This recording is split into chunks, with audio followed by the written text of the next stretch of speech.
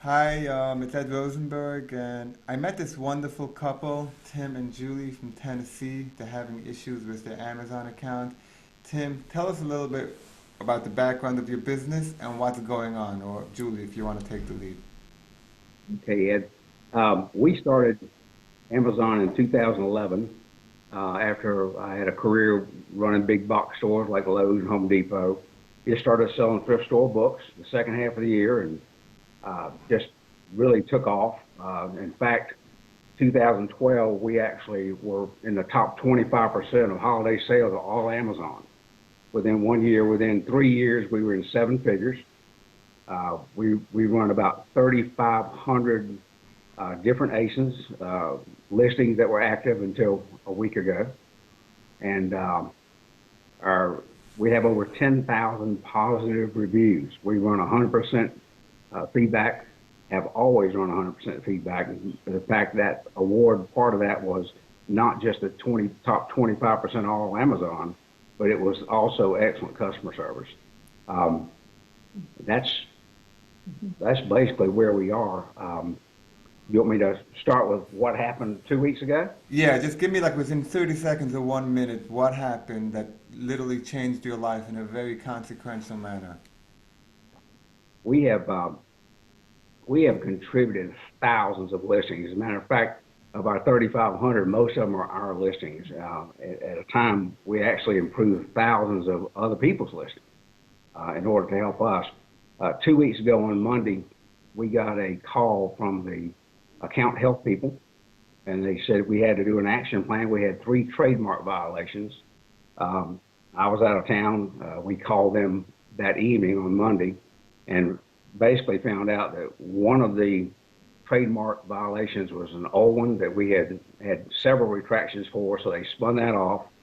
The other two ASINs that were trademark violations were our trademark.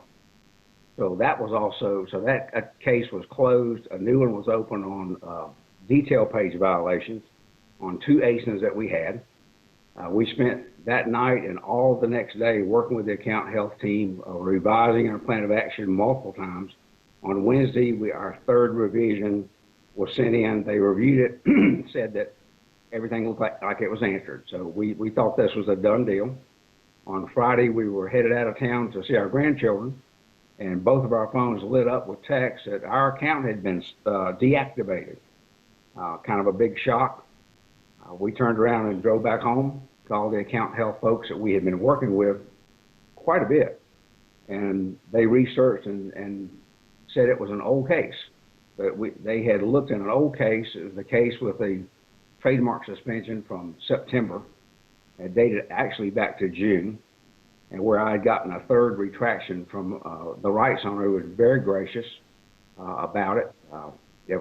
We didn't even have a listing or inventory, so they actually read the notice dispute email and said, of course, it's invalid. Well, of course, it was invalid. That was a whole different issue.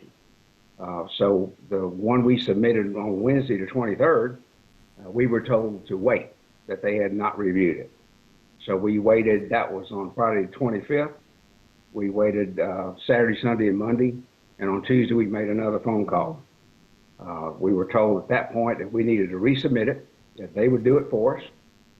We revised it once again, resubmitted it, and waited till Friday. Last Friday, didn't hear anything. So when we called, well, actually, that Friday, we got a rejection saying that we had not addressed the issue, that it was incorrect information on the detail page for those two ASINs. um, we did not use that exact language. We did, we quoted the policy, the Amazon detail page creation, Amazon detail page rules, and we actually shortened it to three basic points. They had suggested 5 or 6 points, and basically what had caused the violation, what we were doing to fix it, and how we were going to keep it from happening again, which we did. Very short, succinct. We had a great plan of action.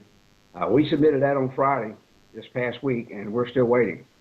We've been suspended 10 days, and we've lost approximately 20,000 or more in income. Right. Okay. So first of all, I deal with this is traumatic, and I can tell you close to 100% you guys are going to be back and it'll be forgotten about. So, don't worry too much.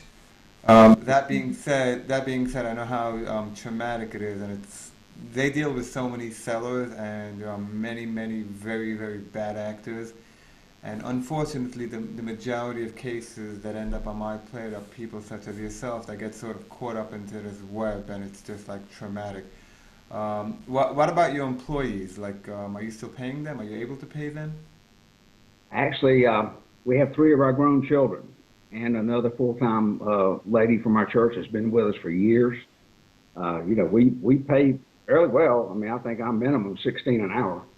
And my daughter's our office manager, and my youngest son basically pulls and helps ship. My daughter ships everything.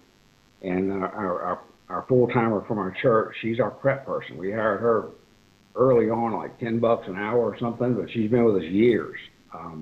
They haven't been working. They're coming in right now, today, because we've got to do some straightening and cleaning and things like that. But we've got 6 of us, counting the 2 of us, and we're dead in water. We do have a buying trip planned tomorrow in the Carolinas. We're south of Nashville, so we're real close to Nashville, our home. So we're going to continue. We got to buy Christmas. We've got certain vendors that we pick up, and we started 100% arbitrage with Amazon, and within 3 years we were 7 figures on 100% arbitrage. Now we do have our own website. We've made sales on eBay over the weekend, so we are diversifying some, especially because of this. We can't have our employees not working. Now, how do you feel? Because I've spoken to you before. How do you feel? You've worked with Home Depot. How do you feel? I mean, you said you loved Amazon, and you never understood why sellers would get like upset at Amazon. Has your opinion of Amazon changed? It's the security. The security, this really hit us hard, just feeling unsafe with Amazon. I mean, we already have seen this happen to some other people, and so we were trying to diversify. Like during the slow season of 2019, we're working on our website, working on eBay, Walmart, other streams of income to develop. But that was just like in case. But now it's really, we see how vulnerable we are with Amazon, that how big an impact this has on our lives and our business and even our family that is part of this. Right. It affects, and that's really why I wanted to speak to you, because I think Amazon, they just see that email, and the only conclusion I can draw is that they've seen so many that they become numb to it. But I know each person, I mean, is a person, and it's just to do nothing wrong or a very substantially small violation, and then have no one to talk to, and then for them just to, chop your head off, so to speak, is there's no room for that. And anything you would like to say in closing about your situation? Like if you're speaking to the person who suspended your account, like what would you tell them? This all started because we were trying to protect our brand, our trademark. We had someone counterfeiting our brand. They were sending junk in a box, not wrapped, no trademark, no logo.